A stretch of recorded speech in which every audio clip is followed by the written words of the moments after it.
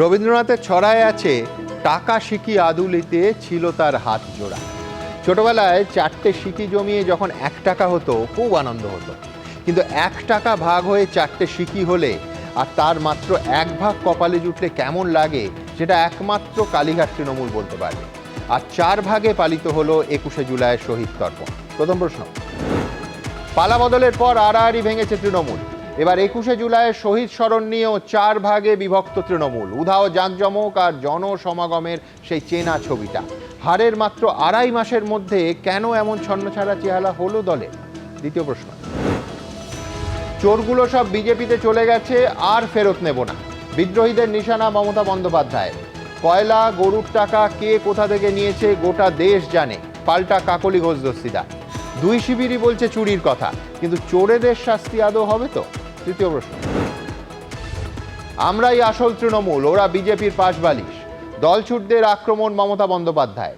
কাদের বাঁচাতে তদন্ত রিপোর্ট প্রকাশ করেননি? প্রশ্ন ঋতব্রত বন্দ্যোপাধ্যায়।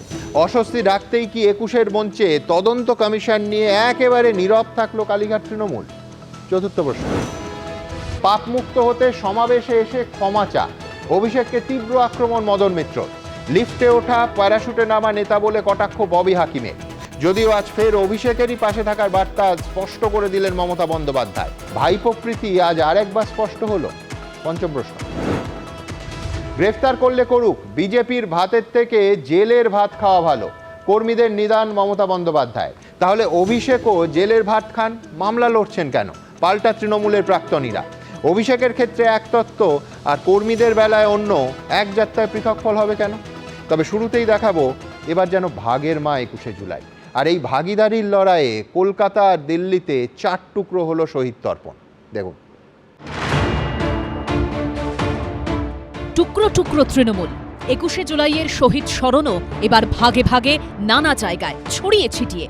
শহীদ নিয়েও টানাটানি, ভাগাভাগি। কতটা স্মরণ আর কতটা রাজনীতি তা নিয়ে বিতর্ক ছিল, বিতর্ক থাকবেই। শুধু বিতর্ক নেই তৃণমূলের 2 শিবিরের মধ্যে শত্রুতা নিয়ে। যে গদ্দাররা ইডি বাঁচাতে, সিআইডি বাঁচাতে, সিবিআই বাঁচাতে চলে গেছে নিজেদের রক্ষা কবচ নিতে, তাদের জন্য আমি বলি ক্ষমা করুন, আপনাদের আর প্রয়োজন নেই। সমস্ত সম্মান নিয়ে আমি রাজ্যের প্রাক্তন মুখ্যমন্ত্রীর কাছে জানতে চাই, দিদি কেন এই তদন্ত কমিশনের রিপোর্ট আপনি প্রকাশ করলেন না? কাদের বাঁচাবার ছিল? একদা এক ঘর, এক উঠোন, এক 21শে জুলাইয়ের সতীর্থরা আজ একে অপরের শত্রু, বালিশ চাটা। কে আসল কে নকল, লড়াইয়ে বাদ গেল না কিছুই। যারা গা বাঁচাতে, পিঠ বাঁচাতে বালিশ চাটার গ্রুপে যাচ্ছে, এদেরকে তৃণমূল বলবেন না, বলবেন বালিশ চাটা। খালি বিসি বললেই হবে। বিসির অনেক মানে হয়, বালিশ চাটা।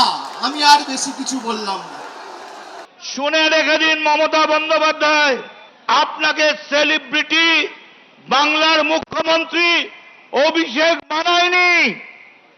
যারা বানিয়েছে এই হাজার হাজার লাখ লাখ তৃণমূল যুব কংগ্রেসের কর্মীরা। তৃণমূলের 2 শিবিরের আকচাকচির বাইরে বহুদিন বাদে তেড়ে ফুঁড়ে উঠে শহীদ স্মরণ করল কংগ্রেস। এক মঞ্চ, সব নেতা। এই মমতা ব্যানার্জি আজকে শহীদ দিবস পালন করার নাটক করছেন। এই মমতা ব্যানার্জির হাত ধরে এ বাংলায় বিজেপির অনুপ্রবেশ হয়েছে। অতীতে তৃণমূলের 21শে জুলাই মানেই ছিল ভিড়ে ঠাসা রাস্তাঘাট, রাজপথ ধর্মতলামুখী, প্ল্যাকার্ড, ব্যানার, ফেস্টুন, বাহারি সাজে কালারফুল। মঞ্চে অভিনেতা অভিনেত্রীদের ভিড়, ডিম ভাত। ক্ষমতা যেতেই সব ভ্যানিশ।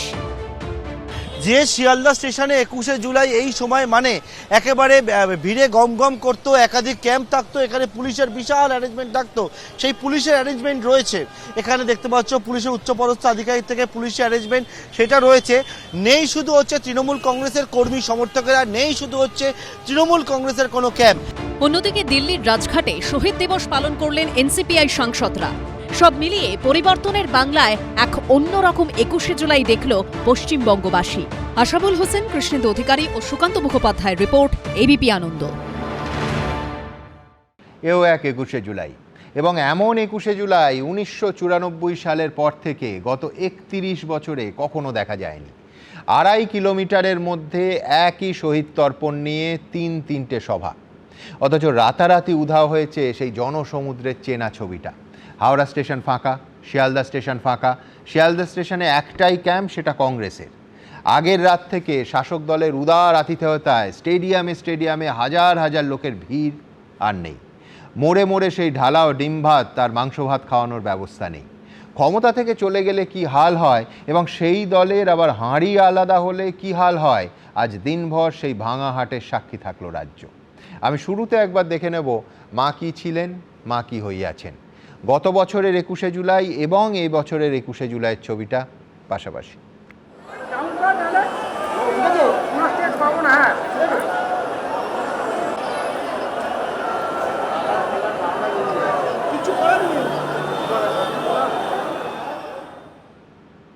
কিন্তু এই ছবি দেখে যদি ভাবেন যে কালীঘাট তৃণমূল থেকে যে ঋতব্রত তৃণমূল তৈরি হয়েছে, যাদের জমায়েতে কলকাতা হাইকোর্টের বেঁধে দেওয়া ওই 2,500 লোকের লক্ষণ রেখা ছিল না, সেই সমাবেশে আজ ভিড় একেবারে উপচে পড়েছে, তাহলেও কিন্তু মস্ত ভুল হবে। সেটাও হয়নি। এবার দেখাবো পাশাপাশি মেয়র রোডে ঋতব্রত তৃণমূল এবং শহীদ মিনার ময়দানে কংগ্রেসের সমাবেশ। দেখুন। প্রতিবাদ করেছিল, অনশন করেছিল। প্রথমে কংগ্রেস 96 ঘন্টার মধ্যে তার সঙ্গে দেখা করে, তারপর যখন আবার প্রতিবাদ করল, এই কংগ্রেস আইন তৈরি করেছিল, বিআইন, লোকপাল আইন। এই ভারতবর্ষের ক্ষমতা আসার পর বিজেপি পার্টি দেখুন, প্রশ্নটা শুধু লোকের সংখ্যার নয়, দল ভোটে হারার 2.5 মাসের মধ্যে সংখ্যাগরিষ্ঠ বিধায়কের আলাদা মঞ্চ তৈরি, সংখ্যাগরিষ্ঠ সাংসদের আলাদা মঞ্চ তৈরি, আলাদা দল তৈরি। ইনফ্যাক্ট দিল্লি আর কলকাতায় আলাদা আলাদা 4-4টে শহীদ তর্পণ, শহীদ পরিবারগুলোর একেবারে ছড়িয়ে ছিটিয়ে যাওয়া, সব মিলিয়ে যে ছবিটা উঠে এলো, সেটা তৃণমূলের পক্ষে আলাদা এবং যথেষ্ট অস্বস্তি। কিন্তু অনির্বাণ, কালীঘাট তৃণমূলের দিক থেকে তোমাদের আজকে টেক অ্যাওয়ে কি, মানে 21 তোমাদের কি বার্তা দিল আজ? বার্তাটা আমাদের হয়ে আসলে আপনারাই দিয়ে দিলেন। আপনারা কংগ্রেসের সভাস্থলের জনসমাগমের ছবি দেখালেন, ঋতব্রত বন্দ্যোপাধ্যায়দেরটাও দেখালেন, আমাদেরটা কিন্তু দেখালেনই না। আমাদের মঞ্চের ছবি দেখালেন, আমাদের জনসমাগমের ছবি আপনারা দেখালেন না। কারণ এটা দেখালে তুমি মন দিয়ে দেখোনি, আবার রিপিটে দেখে নাও। এক্ষুনি যেটা আমি দেখলাম, আমাদের সভার জনসমাগমের অ্যাঙ্গেলের ছবি সেখানে ছিল না। আমাদের হাতে কোনো আপত্তি নেই, কারণ আজকে আমরা কোনো রকম, তুমি নিশ্চয়ই এটা বলছো না যে জনসমাগম খুব স্বাভাবিকভাবেই গতবারের সঙ্গে তুলনীয়ই হবে না? দেখুন, ওটা হয়েছিল অন্য জায়গায়, তোমরা শাসক দল, মানে আমি বলছি যে শুধু ওই দিন ওই সিএসসি হাউসে, ভিক্টোরিয়া হাউসের সামনে নয়, গোটা রাজ্যের চেহারাটা পাল্টে যেত। ঠিক কথা। আজকে যারা বলেছিলেন তৃণমূলের পতাকা ধরার লোক থাকবে না, তৃণমূলের চিহ্ন বলে কিছু রাখবো না, তাদের অনুরোধে কিনা জানি না, ম্যাক্সিমাম মূলধারা সংবাদ মাধ্যম আমাদের জনসমাবেশের যে ছবি সেটা তারা দেখাচ্ছেন না। কেন দেখাচ্ছেন না সেটার উত্তর আমরা খুব ভালো করে জানি। কারণ আজকের 21শে জুলাই, 2026-এর 21শে জুলাই, তুমি বলছো আজকেও হাওড়া স্টেশন, শিয়ালদা স্টেশনে হাজার হাজার মানুষ অপেক্ষা করেছিল, আপনাদের যে ট্রেন ভরে ভরে আসছিল, আপনাদের যে প্রতিনিধি, শুধু পার্থরা দেখতে পাইনি। আপনাদের যে প্রতিনিধি শিয়ালদা স্টেশনের বাইরে উপস্থিত ছিলেন, তিনি ঠিক কেন দুপুর 12টার পর ক্যাথিড্রাল রোডে উপস্থিত ছিলেন না, সেটার উত্তরটা দিলে আমি বলছি যে তার মানে তুমি বলছো যে কলকাতা হাইকোর্ট যে 2,500 বেঁধে দিয়েছিল, ওটা 2.5 লাখ হয়েছে আজকে। আমি বলছি না, আমি তুমি যা বলছো তার মানে তাই দাঁড়াচ্ছে। আদালতের নির্দেশ মেনে আমরা 2,500 মানুষের সমাবেশ করেছিলাম। জনতার আদালতের নির্দেশে সেখানে 1 লাখের বেশি মানুষ ছিলেন। এই দাবি আমি এখন স্পষ্ট বলছি, এই দাবি আমি যেটা করছি, আমাকে ভুল প্রমাণ করবার চ্যালেঞ্জ আমি প্রত্যেকটা সংবাদ মাধ্যমকে দিলাম। না, ভুল ঠিকের ব্যাপার নয়, মানে তুমি বলছো যে হাইকোর্টের আদেশ তাতে ভায়োলেটেড হয়েছে, সেটা তোমার সমস্যা, আমার নয়, অসুবিধা নয়। কিন্তু মনে রেখো অনির্বাণ, যে অন্যবার 21শে জুলাই অফিসিয়াল তৃণমূলের দাবি থাকে 8 লাখ, সেটা তুমি আজকে তর্ক করে বলছো 1 লাখ। না, আমি তর্কতেই যাচ্ছি না, আমি বাকিটা বলছি আপনাকে। পরিস্থিতি আমাদের তো 2,500-এর নির্দেশ ছিল, আমরা 2,500-এরই করেছি, কিন্তু জনতার নির্দেশ ছিল অন্যরকম। গোটা রাজ্য থেকে আমাদের কর্মীরা যাতে আসতে না পারে তার সব রকম ব্যবস্থা বিজেপি করেছিল। গতকাল রাত 10টার সময় আলো নিভিয়ে দিয়ে বিজেপির গুন্ডা বাইক বাহিনী, তুমি এই ফিগারগুলো যোগ করে, আমি বলছি তুমি 1 লাখে থেমো না, তুমি 10 লাখও বলো, কিন্তু আমায় তো দেখতে হবে যেখানে মঞ্চটা আছে। তাদের মধ্যে পড়ি না যারা অকারণ কোনো জিনিসকে অত্যন্ত ফুলিয়ে ভাবিয়ে বলবে। আমি মঞ্চে উপস্থিত ছিলাম, আমার অত্যন্ত সাধারণ জ্ঞান বুদ্ধিতে যতটুকু আমি দেখতে পেয়েছি, আমি অন্তত লাখখানেক লোকের মিনিমাম একটা হিসাব আমি পেয়েছি। তারপরেও আমি শুনেছি ভিক্টোরিয়া মেমোরিয়ালের দিকে, বিড়লা প্যারাডোরিয়াম, বিস্ময়কর, কারণ যে জায়গাটায় আজকে হয়েছে ওখানে লাখখানেক লোক, এটা তোমার সঙ্গে আমার ভৌগোলিকভাবে মানে পার স্কয়ার ফিট হিসেবে চ্যালেঞ্জ রইল। ওখানে 1 লাখ হতে পারে না, দাঁড়াতেই পারবে না। আমি বলছি একটা লেনে প্রথমে আমাদের কর্মীরা, সহযোদ্ধারা তারা সমবেত হয়েছিলেন, আর একটা লেন পুলিশকে বন্ধ করে দিতে হয়েছিল পেছন দিকের এক্সাইড মোড়ের কাছে অবধি ভিড় চলে যায়। এবং এটা আমি কন্টেস্টও করছি না, কারণ আজকে তুমি বলবে 1 লাখ, সৌম্য বলবে 1 লাখ, প্রসূনবাবু বলবে, ঋতব্রত গোষ্ঠী বলবে 1 লাখ, মানে আমি বলছি এটাই নিয়ম। আবার আপনাকে বলছি এটাই নিয়ম। আমি সেই রকম মানুষদের মধ্যে পড়ি না যে কোনো তোমার পড়ার কথা হচ্ছে না, বলছি যখন পুলিশের ফিগার ধরো, আমি বলছি কোনো সমাবেশে 3 লাখ 4 লাখ থাকে, তখন সেই রাজনৈতিক দল যেই ডাকুক, এটা মানে আমি বিজেপি, কংগ্রেস, তৃণমূল নির্বিশেষে বলছি, সিপিএম, তারা বলে যে 12 লক্ষ। এটা নিয়ে আমি কন্টেস্টেই যাব না। তুমি চাইলেই 5 লক্ষ বলতে পারো, আমি বলবো না। তুমি 1 লক্ষ বলো, 5 লক্ষ বলো, তুমি একদম আমি বাস্তবের মাটিতে দাঁড়িয়ে যে সংখ্যা দেখেছি, আশাতীত ভিড় যেটা আমরা দেখেছি, যেভাবে ট্রেনে বাসে আমাদের কর্মীদের নামিয়ে মারা হয়েছে, তার কিছু খবর মূলধারা সংবাদ মাধ্যম দেখিয়েছে, বেশিরভাগ দেখানোর সাহস অব্দি পাইনি। ব্যারাকপুর বলুন, খড়দা বলুন, দমদম বলুন, রীতিমতো ট্রেন থেকে নেমে মেরেছে, বাড়ি থেকে বেরোতে দেয়নি, বিভিন্ন জায়গায় সংগঠকদের পুলিশ আগের রাত থেকে আটকে। আমার খুব ইন্টারেস্টিং লাগছে। দেখুন, ও সত্যি কথা বলতে পারে, হয়তো এফআইআর হয়নি, পুলিশের রিপোর্ট হয়নি, আমার কিন্তু আমি বলছি হুবহু এই কথাগুলো তৃণমূলের সামনে বলতো বিজেপি, কংগ্রেস আর সিপিএম গত বছর অবধি। তাদের প্রত্যেকটা সমাবেশে পারমিশনের জন্য কলকাতা হাইকোর্টের দরজায় কড়া নাড়তে হতো, তারপর তাদের যখন সমর্থকেরা আসতো নাবিয়ে মারা হতো, থানায় পুলিশ এফআইআর নিত না। আমি বলছি আমাদের রাজ্যের ছবিটা সত্যি সত্যি কি একেবারে মানে শুধু চেয়ারগুলো চেঞ্জ হয়, ছবিটা পাল্টায় না। এখানে যে বিরোধী থাকে তার একই অভিযোগ থাকে, এবং যে শাসক থাকে তারও একই অভিযোগ থাকে। খুব ইন্টারেস্টিং। আমি বলছি আপনারা ইউটিউবে গিয়ে যদি 1 বছর আগের, 1 বছরও নয়, 4 মের আগের এ রাজ্যের যে কোনো বড় সমাবেশের দিন যে কোনো রাজনৈতিক দলের মুখপত্রর এই স্টুডিওতে এই অনুষ্ঠানের বক্তব্য দেখেন, একেবারে হুবহু আজকে অনির্বাণের সঙ্গে মিলে যাবে। খুব ইন্টারেস্টিং। আমি এইখান থেকে আমার পরের বক্তার কাছে আসবো। দেখুন, রবীন্দ্রনাথ ঠাকুর তার ফুল কবিতায় লিখেছিলেন, কাল ছিল ডাল খালি, আজ ফুলে যায় ভরে। আচ্ছা ভাবুন, এই ছবিটা যদি উল্টে যায়, ঠিক যেমন এই মুহূর্তে আমাদের রাজ্য রাজনীতিতে হচ্ছে, রবি ঠাকুরের বাক্যগুলো একটু যদি শব্দগুলো এদিক ওদিক করে দিই, আজকে বলাই যায় কাল ছিল ডাল ভরা, আজ গেছে ফুল ঝরে। তবে আবার বলবো, অনির্বাণদের কার্যত মুখ রক্ষার ব্যবস্থা করেছে আদালত, তার কারণ ওই জনসমাবেশের জনসংখ্যা 2,500-এ বেঁধে দিয়ে, সেটা অনির্বাণের ভার্সান 1 লক্ষ হতে পারে, 2 লক্ষ হতে পারে, সেটা দেখার কোনো প্রকরণ সংবাদ মাধ্যমের হাতে নেই, ইনফ্যাক্ট পুলিশেরও হাতে নেই। চিরকাল আমরা দেখে এসেছি বিরোধীদের জনসমাবেশ হলে পুলিশ সেটাকে কমিয়ে দেখায়, শাসকের হলে বাড়িয়ে দেখায়। এটা মানে আমি বলছি আমার জ্ঞানে চিরায়িত সত্য, আমি এই কন্টেস্টেই যাব না। তৃণমূল আজ বলতে পারে এবং বলছেও যে 2.5 লাখের ভিড় হতে পারত, আদালতের সম্মানে ওটা 2,500-এর মধ্যে আটকে রাখা হয়েছে বা 1 লাখ হয়েছে, অনির্বাণ বলছে। কিন্তু যাদের ওপর আদালতের কোনো লক্ষণ রেখা ছিল না, সেই ঋতব্রত তৃণমূলের আজকে জনসমাবেশের নিরিখে এই রকম হাঁড়ির হাল হলো কেন? বিধায়কদের সংখ্যা যদি ধরি, সেটা কালীঘাট তৃণমূলে পড়ে থাকা সংখ্যার থেকে 5 গুণেরও বেশি, একেবারে অফিসিয়াল ফিগার। তাও আবার যে সে বিধায়ক নন। মমতা বন্দ্যোপাধ্যায়ের একসময় কিচেন ক্যাবিনেটটাই এখন ঋতব্রত শিবিরে। এমনকি একসময় তারকা বক্তারা, মানে তৃণমূলের স্টার ক্যাম্পেনার তালিকায় বছরের পর বছর যারা নাম তুলে রাখতেন, এখন তারা কালীঘাটের আঁচল ছেড়ে ঋতব্রত ক্যাম্পে। তা সত্ত্বেও আজ মেয়র রোডের দর্শক সংখ্যা কয়েকশো ছাড়ালো না। প্রসূনদা এখানে আছেন, তিনি যদি চ্যালেঞ্জ করেন, আমি গুনেছি এবং সেই ছবিও তুলে রেখেছি যখন একদম বক্তৃতা পিকে আছে। কিন্তু আমার প্রশ্ন অন্য, তাহলে কি এটা আজকে প্রমাণিত হলো যে 5 গুণ বিধায়ক থাকলেই 5 গুণ সমর্থক হয় না? মানে মঞ্চ ভর্তি নেতা থাকলেই রাস্তা ভর্তি লোক হয় না? প্রসূনদা, সুমন, আমি জাস্ট আপনি কত বলবেন আগে বলুন। 1 লাখ? আমি 2 লাখ? তর্কে যাবই না হ্যাঁ। আপনার সাথে, কারণ আপনি যেটা বলবেন সেটা তো অবশ্যই ঠিকই হবে।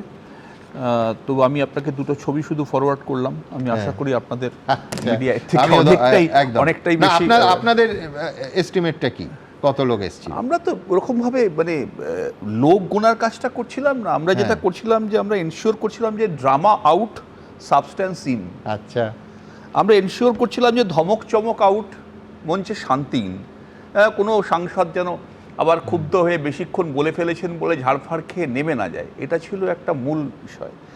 আমরা এটা কল্যাণ ব্যানার্জির নাম না করে কটাক্ষ করলেন, আপনার পরের প্রতিবেদনে সেসব ছবিও দেখাবেন। হ্যাঁ, দেখছিলাম যে গ্ল্যামার আউট, শহীদ পরিবাররা যেন সামনে বসেন।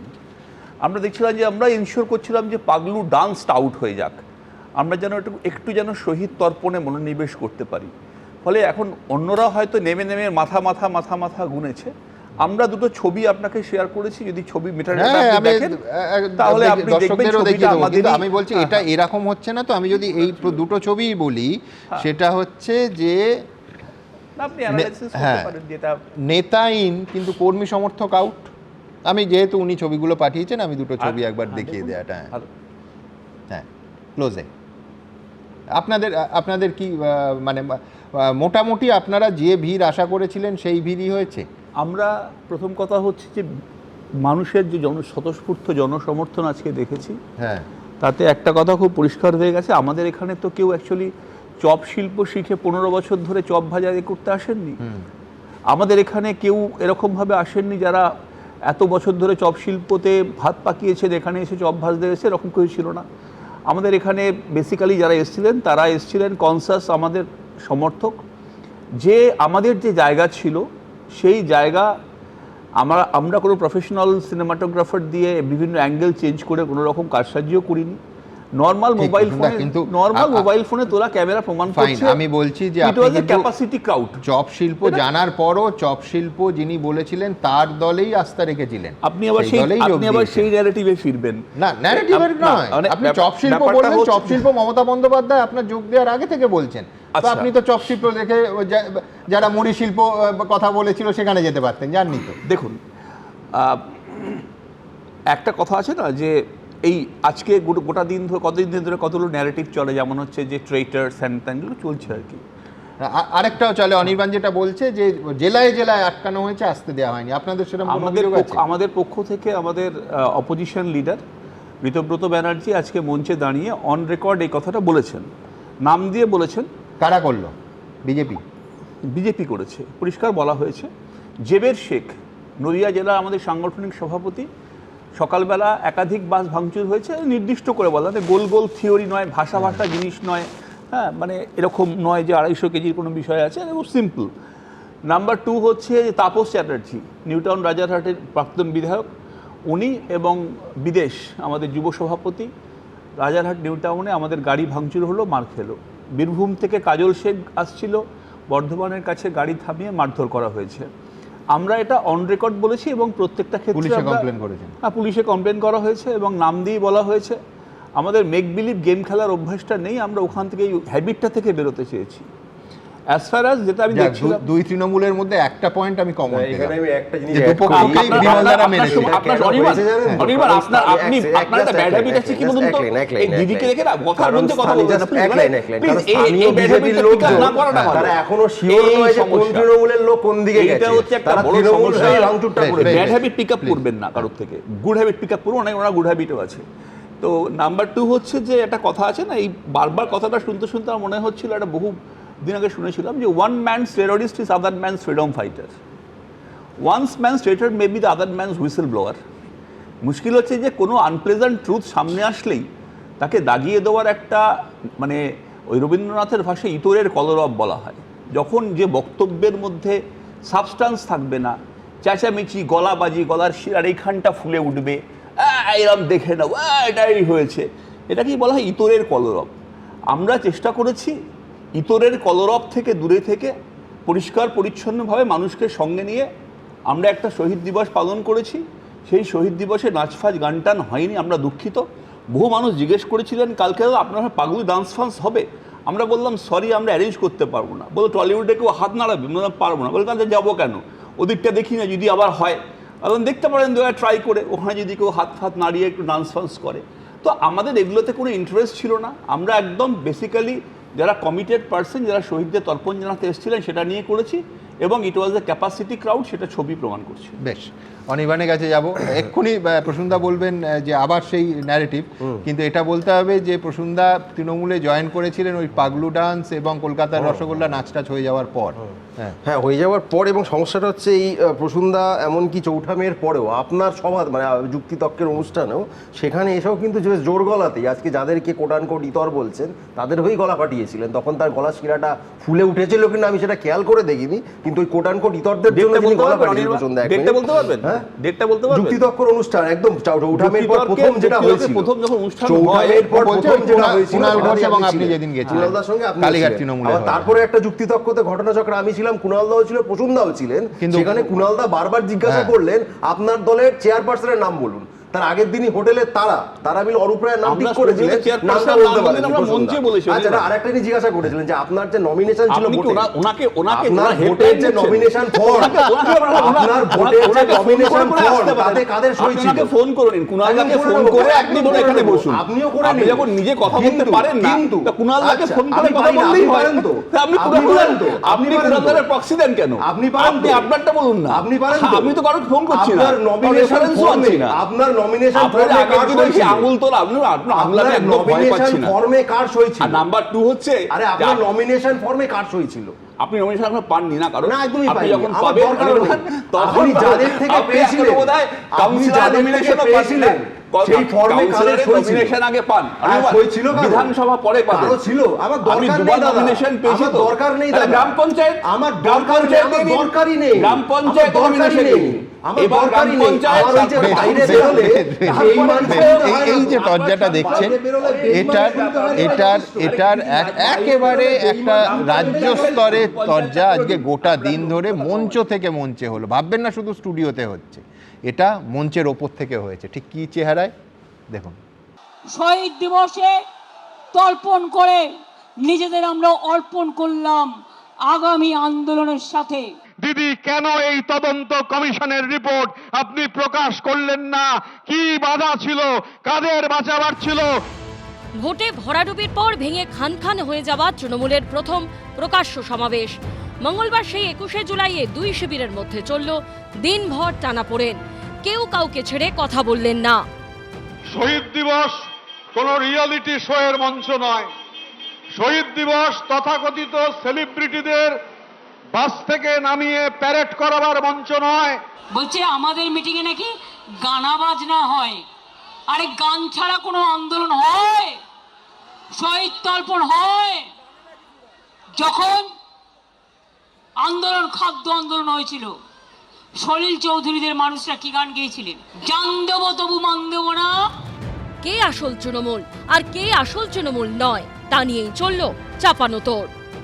আসল তৃণমূল আমরা, নতুন করে বলার দরকার নেই। সাইনবোর্ড টাঙিয়ে দিলে অস্তিত্ব রক্ষা হয় না, ওটা বিজেপির সাইনবোর্ড। তদন্ত কমিশন যে রিপোর্ট জমা দিল, সেই রিপোর্টকে ঠান্ডা ঘরে পাঠিয়ে দেওয়া হলো। সেই রিপোর্ট পড়ে হয়তো মনে হলো সরকারের যে অনেক লোক বিপদে পড়ে যাবে, কাউকে বাঁচাতে হবে, তাই রিপোর্ট ঠান্ডা ঘরে পাঠিয়ে দেওয়া হলো। এখন এই ভাবের ঘরে চুরি কেন? প্লেইং টু দা গ্যালারি কেন? তৃণমূল আসলে কার এই নিয়ে বল এখন নির্বাচন কমিশনের কোর্টে।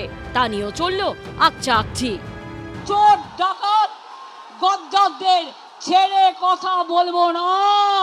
আর তুমি আমার সিম্বল কাটলে আমি মানুষ যে সিম্বল গ্রহণ করবে, যদি সেই সুযোগ আসে আমি ছাড়বো না, আমি সুপ্রিম কোর্ট পর্যন্ত দেখব।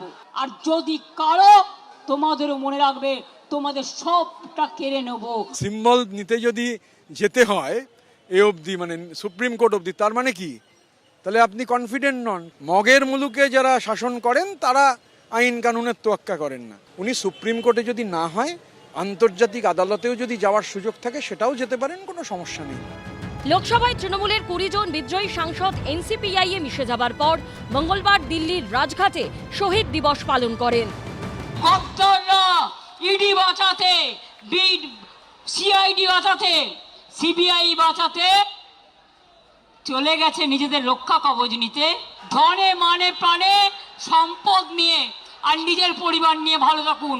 আপনারা মানুষের পরিবার নয়, আপনারা তৃণমূল পরিবার নয়। That is the reality. এটা হচ্ছে বাস্তব। দেখুন, রাজনৈতিক সৌজন্য বলে তো একটা বিষয় আছে, এবং আমি ওই লেভেলে নামবো না, কিন্তু কে চোর, কে বালির টাকা, গরুর টাকা, সোনার টাকা, কনস্ট্রাকশনের টাকা কোথার থেকে নিয়েছে সেগুলো দেশের মানুষ জানে। বিগত 21শে জুলাইগুলিতে কর্মীদের কাছে দলের আগামীর রূপরেখা ঠিক করে দিতেন মমতা বন্দ্যোপাধ্যায়। এবার নিজেদের মধ্যে চলল চাপানোতোড়। বিজেন্দ্র সিংহ, কৃষ্ণেন্দু অধিকারী ও অর্ণব মুখোপাধ্যায়ের রিপোর্ট, এবিপি আনন্দ। দেখুন, দল ক্ষমতায় না থাকলে কত কিছু পাল্টে যায়। শুধু যে শহর জুড়ে, জেলা জুড়ে, রাস্তায় রাস্তায় উত্তাল মিছিল আর ডিমভাত কর্পূরের মতো উবে গেছে তা নয়। একাধিক ইস্যুতে মমতা বন্দ্যোপাধ্যায় এবং অভিষেক বন্দ্যোপাধ্যায় রাজনৈতিক অবস্থানও আজ দেখলাম রাতারাতি পাল্টে গেছে। এর সব থেকে বড় উদাহরণ হচ্ছে আদালত। কি কাণ্ড ভাবুন তো! বিচার ব্যবস্থার প্রতি শুরুতেই মমতা বন্দ্যোপাধ্যায় তার কৃতজ্ঞতা জানালেন। গত বছর মানে 2025-এর 21শে জুলাই এই মঞ্চ থেকেই কটাক্ষ করে মমতা বন্দ্যোপাধ্যায় বলেছিলেন বিচারের বাণী নাকি নীরবে নিভৃতে কাঁদছে। একবার পাশাপাশি দেখে নিই, 1 বছর আগে আর 1 বছর পরে, ক্ষমতায় থাকার সময় আর ক্ষমতা চলে যাওয়ার পর। নিজেদের চোখেই দেখে নিন কতটা তফাৎ। দেখুন, বিজেপির চক্রান্ত তো চলছে, নির্বাচন কমিশনের ষড়যন্ত্র চলছে, বিচারের বাণী নীরবে নিভৃতে কাঁদছে। আমরা কৃতজ্ঞতা জানাই আদালতের কাছে, তারা আমাদের পারমিশন দিয়েছেন। সেই পারমিশনে এই মিটিং হচ্ছে। আমরা রাত্রির 12টায় কেস করেছি স্পেশাল হিয়ারিং এর জন্য। আজকে শুনলাম আমাকে লয়ার পাঠালো, মাননীয় বিচারপতি অর্ডার দিয়েছেন যতক্ষণ ডেকোরেটররা তাদের জিনিস খুলে নিয়ে না যাবেন, রাত 10টা পর্যন্ত, রাত 9টা থেকে 9টা পর্যন্ত সব কিছু পুলিশকে তাদের হেল্প করতে হবে। এবং আপনাদের আমি বলি, আমি কৃতজ্ঞতা জানাই। আমি যদি না বলি ভুল করব। শুধু মমতা বন্দ্যোপাধ্যায় নন, অভিষেক বন্দ্যোপাধ্যায়, যিনি কথায় কথায় আদালতকে, বিচার ব্যবস্থাকে, বিচার ব্যবস্থার একাংশকে, কলকাতা হাইকোর্টকে, এমনকি একজন মাননীয় বিচারপতির নাম করেও চূড়ান্ত কটাক্ষ করতেন। ভারতের রাজনৈতিক ইতিহাসে যে কটাক্ষ, যে ধরনের কটাক্ষের কোনো নজির নেই, সেই অভিষেক বন্দ্যোপাধ্যায়ও আজ তার বক্তব্যের শুরুতেই কলকাতা হাইকোর্ট, বিচারপতি, বিচার ব্যবস্থাকে কৃতজ্ঞতা ধন্যবাদে ভরিয়ে দিয়েছেন। ভাবতে পারেন সত্যি ক্ষমতায় থাকা না থাকাতে কতটা তফাৎ হয়ে যায়। দেখুন 2025 এবং 2026-এর ছবিটা এবারও পাশাপাশি। বিজেপির কাছে এত অর্থবল, এজেন্সি, বিচার ব্যবস্থার একাংশ, ইলেকশন কমিশন, এনফোর্সমেন্ট ডিরেক্টরেট, পেগাসাসের মতো সফটওয়্যার লাগিয়ে আমাদের ফোনে আড়ি পেতেও বাংলা জিততে পারেনি। আজকের এই ঐতিহাসিক সমাবেশকে সফল, সার্থক এবং সাফল্যমণ্ডিত করার জন্য মহামান্য কলকাতা হাইকোর্ট, বিচারপতি সহ বিচার ব্যবস্থার প্রত্যেককে আমরা আমাদের কৃতজ্ঞতা ধন্যবাদ জানাই। অনেকে বলছেন একেই বলে ঠেলার নাম বাবাজি। কিন্তু বিশ্বনাথ চক্রবর্তীর কাছে আমার প্রশ্ন থাকবে, ক্ষমতায় থাকার সময় 21শে জুলাই আর ক্ষমতায় না থাকার সময় এই 21শে জুলাইয়ের মধ্যে আর কি কি তফাৎ দেখলেন? সুমনদা, প্রথমে আমি 6টা পক্ষের একটা ছোট্ট হিসেব দিচ্ছি। এটা ঠিক যে কালীঘাট তৃণমূল কংগ্রেসের কিন্তু জনসমাগম বেশি ছিল, আর এটাও ঠিক যে ঋতব্রতদের হাতে 65 জন বিধায়ক থাকা সত্ত্বেও কর্মী যে তাদের সাথে নেই তার কিন্তু একটা পরিষ্কার রিফ্লেকশন ঋতব্রতদের সমাবেশে ধরা পড়েছে।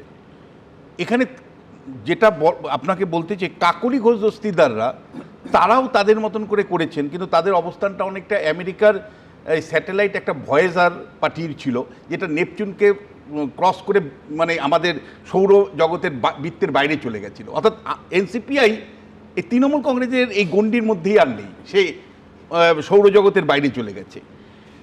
কংগ্রেস কিন্তু আমি বলবো আমার চোখে ধরা পড়েছে যে ইনডোর থেকে আউটডোরে এসেছে এই পরিবর্তনের পরে, এবং যে কংগ্রেস মহাজাতি সদনে মানে অনুষ্ঠানটা করত, সেই কংগ্রেস আজকে শহীদ মিনারে সমস্ত নেতাদের উপস্থিতিতে তাদের এই সমাবেশটা হয়েছে এবং যথেষ্ট চোখে পড়ার মতন ভিড় ছিল এবং ঐক্যবদ্ধ একটা চেহারা কংগ্রেসের ছবি ধরা পড়েছে। আমি বিজেপির জায়গা থেকে যদি দেখি যে সবচেয়ে মানে আনন্দিত অবস্থা বিজেপির নেতারা ভাবছে যে ভাই বিরোধীরা মানে ছত্র মানে খান বিভক্ত বলছেন, একের পর এক মানে শাখায় বিভক্ত। এটা বিজেপির জন্য কিন্তু খুবই মানে আশাপ্রদ যে বিরোধী যত বিভাজিত হবে শাসক তত করবে। কিন্তু বিজেপির জন্য একটা চিন্তারও কারণ আছে। মমতা বন্দ্যোপাধ্যায় সমাবেশে এমন কিছু লোক এসছেন, শেষ পর্যন্ত বুলডোজারের প্রতিরোধে আসেনি তো তারা, মানে কোনো একটা জায়গায় কিন্তু আমার মনে হয়েছে হকারদের একটা অংশ আজকে মমতা বন্দ্যোপাধ্যায়ের সমাবেশে হাজির হয়তো হয়েছেন। সুমনদা, আমি খুব পরিষ্কার করে আপনাকে বলতে পেরেছি, মমতা বন্দ্যোপাধ্যায় আজকে সমাবেশের পরেও আমি এক্সপেক্ট করেছিলাম, হয়তো অনেক নাগরিক এক্সপেক্ট করেছিলেন, যে তিনি 15 বছরের তার শাসনের যে অব্যবস্থা, দুরবস্থা, সেগুলো অন্ততপক্ষে প্রকাশ্যে ক্ষমা চাইবেন। তিনি পরিষ্কার বলবেন যে দেখুন, আমি 15 বছরের মধ্যে আমার কিছু অনাচার ছিল, অবিচার ছিল, অত্যাচার ছিল, সেগুলো আমি প্রকাশ্যে ক্ষমা চাইছি। অভিষেকও আমি এক্সপেক্ট করেছিলাম জনগণের কাছে ক্ষমা চাওয়ার মধ্য দিয়ে কিন্তু নিজেকে এলিভেট করা যায়, কিন্তু সেই সুযোগটা তারা নিলেন না, এটা একদম পরিষ্কার। যেটা আজকের সমাবেশে ধরা পড়েছে সেটা হলো যে তিনি আগামী দিনের প্রস্তুতির কথা বলছেন, আগামী দিনে তিনি জেলায় জেলায় যাবার কথা বলছেন, সেটা ঋতব্রতও বলছেন। শুধু কর্মসূচির প্রস্তুতি নয়, তিনি বলছেন যে ডায়েরিতে লিখে রাখুন আজকে যারা মারছেন, মানে প্রায় ওই ডিজে হুমকির মতোই একেবারে নোট করার কথা বলছেন একেবারে। ফলে আমি কিন্তু বলতে চাইছি যে মমতা বন্দ্যোপাধ্যায় কর্মীদের কাছে পৌঁছতেই পারেন, কিন্তু একটা মানুষের সমর্থন যদি আপনাকে জোগাড় করতে হয়, অর্থাৎ কর্মীর থেকে যদি সাধারণ নাগরিকের গণ্ডিতে যেতে হয়, তাহলে আপনাকে কিন্তু মমতা বন্দ্যোপাধ্যায়কে কিন্তু তার কৃতকর্মের জন্য তিনি অনুতপ্ত যদি না হন, ক্ষমা যদি না চান, এবং অভিষেক বন্দ্যোপাধ্যায়ের লাগেজকে নিয়ে যদি উনি চলতে চান, তাহলে কিন্তু আমি বলবো ভুল হবে। কারণ যে দুটো লোক এই সব সাফল্যের পেছনে, মমতা বন্দ্যোপাধ্যায়ের সাফল্যের পেছনে কাজ করেছে, একজন হলো কল্যাণ বন্দ্যোপাধ্যায়, আরেকজনের নাম আমি পরিষ্কার বলতে চাই কুণাল ঘোষ। এই দুটো মানুষ না থাকলে মমতা বন্দ্যোপাধ্যায়ের পক্ষে আজকে সভা করা সম্ভব ছিল না। কল্যাণ কিছুটা আবেগতাড়িতভাবে হয়তো সময় নিয়েছে, তাই বলে সবার সামনে তোমাকে অপমান করতে হবে কল্যাণকে? কল্যাণ কতদিন তৃণমূল কংগ্রেসে থাকতে পারবে? তৃণমূল কংগ্রেসে কল্যাণকে আদতেও থাকতে পারবে? যে আপনাকে বুঝতে হবে দিদিমণি, ক্ষমতার ভিত্তি নেই আপনি, একজন মানুষকে অপমান আপনি ওইভাবে করতে পারেন না সবার সামনে। একটু বেশি বক্তৃতা করেছে, তাকেও সেইভাবেই ডিল করার কথা ছিল। এবার মূল প্রশ্নে আসি যে দেখুন সুমনদা, পরিষ্কার ক্ষমতায় যখন ছিল কার্যত সারা রাজ্যটাকে অচল করে মমতা বন্দ্যোপাধ্যায় সভা করতেন। এই আজকের দিনটা সাধারণত 21শে জুলাই মমতা বন্দ্যোপাধ্যায় মানে স্বঘোষিত মানে বলা যায় ছুটির দিন ঘোষণা করতেন, প্রায় প্রত্যেকেই ছুটি মনে করত। এবং দিনের পর দিন এই প্রশ্নটা আমরা রেখেছিলাম যে ধরুন আমি একটা ট্রেনে আসছি, বুক করে এসছি, আমার মানে সিট রিজার্ভ সিট, তৃণমূলের ছেলেরা আসতো, দাদা আমাদের জায়গা ছেড়ে দিতে হবে। কেন ভাই ছেড়ে দিতে হবে? 21শে জুলাই আপনি জানেন না? এই গলার টোন দিয়ে তারা আমরা কথা বলতো, এবং ট্রেনের রিজার্ভ সিট ছেড়ে দিতে হতো তৃণমূল কংগ্রেসের সেই কর্মী বাহিনীর কাছে। দিনের পর দিন আমরা দেখেছি যে জেলাতে মমতা বন্দ্যোপাধ্যায়ের কর্মী বাহিনী জেলাতে বাস মানে তুলে নিত, মানুষ যেতে পারত না, অসহায় অবস্থা, বাস তুলে নিত এবং বাসের মালিককে এরকম করে আগের থেকে মানে মানে রীতিমতন যেভাবে চাপ তৈরি করতো, সব বাস জানি ওখানে থাকে আমাদের ওখানে, মানে বাসের মালিক মনে করতো যে বাবা বাসটা দিয়ে আমি বাঁচি।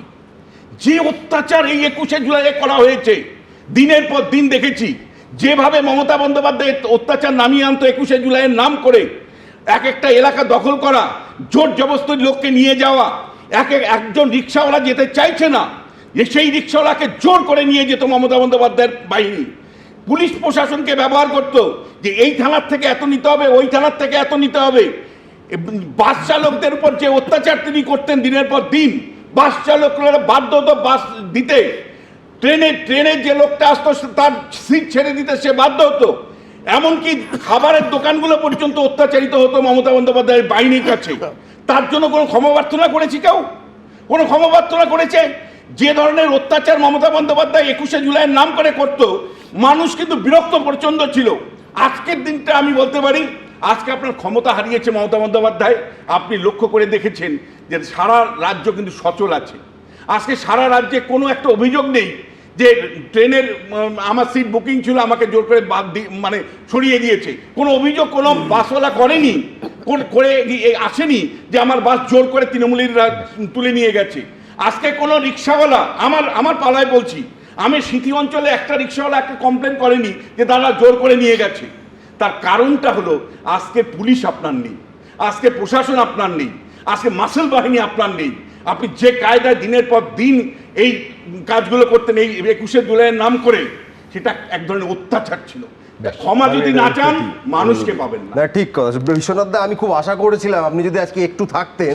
আপনি যা বলছেন, আমাদের পুলিশ নেই, আমাদের প্রশাসন নেই, 1 মিনিট, কিন্তু আমাদের একটা জিনিস আছে, আমাদের মমতা বন্দ্যোপাধ্যায় আছে। এবং আমরা যারা একটু আগে প্রসন্ন আমাকে বলছে, খোঁজা দিচ্ছিলেন না, তুমি পেয়েছো পঞ্চায়েত পেয়েছো? না না দাদা, কিচ্ছু পাইনি। আপনারা যারা সব পেয়েছেন, তারপরে 1 মিনিট, আপনারা যারা সব পেয়েছেন তারপরও বেইমানিরা যেভাবে করলেন, এটা আপনাদের পেডিগ্রি।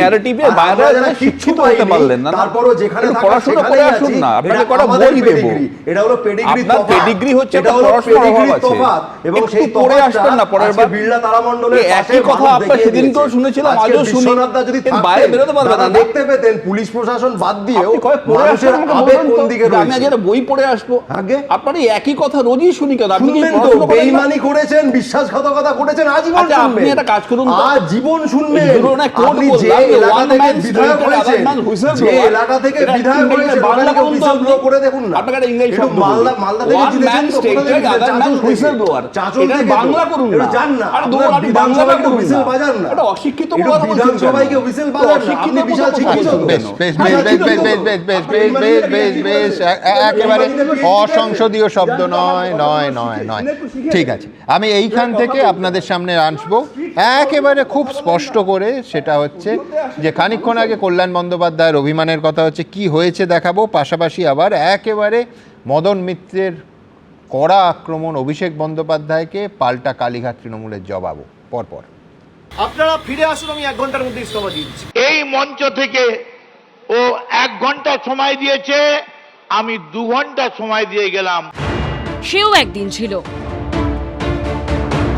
এও একদিন। তখন সবাই কাছাকাছি, যেন মিলে সুর মেরা তুমহারা। আর আজ একসময়ের বন্ধুরা যে যাকে যেভাবে পারলেন আক্রমণ করলেন। শনিবার ঋতব্রত তৃণমূলকে নিশানা করে তাদের উদ্দেশ্যে চ্যালেঞ্জ ছুড়ে দিয়েছিলেন অভিষেক বন্দ্যোপাধ্যায়। মঙ্গলবার 21শে জুলাইয়ের মেয়র রোডের মঞ্চ থেকে পাল্টা জবাব দিলেন মদন মিত্র। আপনারা ফিরে আসুন, আমি 1 ঘন্টার মধ্যে ইস্তফা দিচ্ছি। কেউ আসবে না, ডিল হচ্ছে ওদিকে যাও, অভিষেক ব্যানার্জিকে গালাগালি দাও, তোমাকে বেঁচে থাক, তোমাকে বাঁচিয়ে রাখবো, ইডিও ধরবে না, সিবিআইও ধরবে। অভিষেক, এটা ঠিক, ডায়মন্ড হারবারে চমকেছিস, তোর চমকানিতে সিপিএম চমকাতে পারে, এই সভাকে চমকাবার ক্ষমতা তোর নেই। তাই এই মঞ্চ থেকে ও 1 ঘন্টা সময় দিয়েছে, আমি 2 ঘন্টা সময় দিয়ে গেলাম। 2 ঘন্টার মধ্যে তুই এসে এই জনসভায় এসে বল, আমি আমার অন্যায় স্বীকার করছি, আমার ভুল স্বীকার করছি, আমার জন্যে এই গোটা পার্টিটা শেষ হয়ে গেছে, আমি আমার এই পাপ থেকে মুক্ত হতে চাই। প্রকাশ্য সমাবেশে আমি ক্ষমা চেয়ে বলছি, আমায় ক্ষমা করো। ঠোস কথা বলবে না, যারা লিফটে করে উঠে রাজনীতি করছে তারা শেষ কথা বলবে না, প্যারাসুট থেকে এসে যারা রাজনীতি করছে তারা শেষ কথা বলবে না। শেষ কথা বলবে যারা রক্ত ঝরিয়ে, প্রাণ ঝরিয়ে, নিজেদের সবকিছু দিয়ে তারা যখন সেই আন্দোলন করবে, তারাই শেষ কথা বলবে। আমি নেত্রীকে অনুরোধ করব, দয়া করে আগামী দিনে একটা কেউ ফেরত নেবেন না।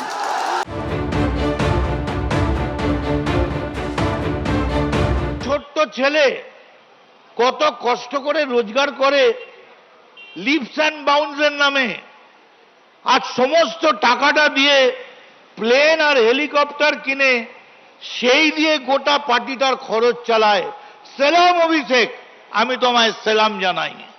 কিন্তু যেদিন খবরের কাগজে দেখলাম অরূপ বিশ্বাস গিয়ে তালা চাবিটা মেরে দিয়েছে, সেদিন জানতে পারলাম ওই টাকাটা অভিষেকের পিতৃদেবের ছিল না, ওটা তৃণমূল কংগ্রেসের টাকা ছিল। লজ্জা লাগে না? পার্টির গোটা টাকা যদি হচ্ছে কর্মীদের জন্য ব্যবহৃত না হয়ে শুধুমাত্র আকাশ বিলাসে ব্যবহৃত হয়, হপকিন্সে চোখ দেখাতে যাচ্ছেন, জানাতে হবে তো ওটা পার্টির টাকা কি পার্টির টাকা নয়।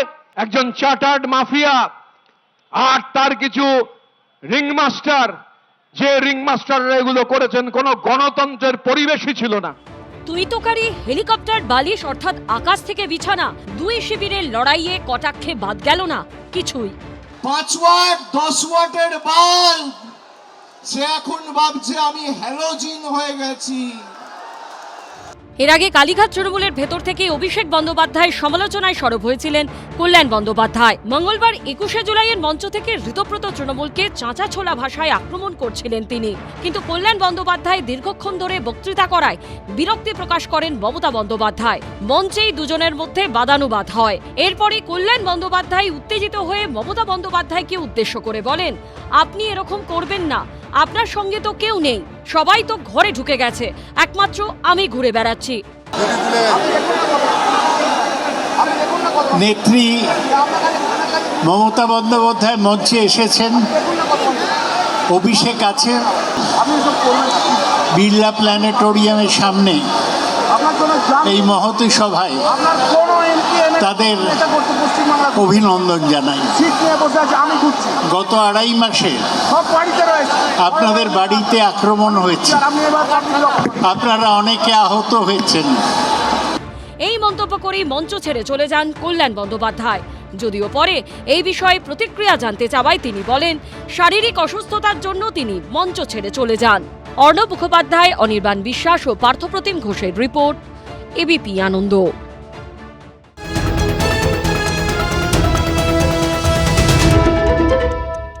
এবিপি আনন্দ, এগিয়ে থাকে, এগিয়ে রাখে।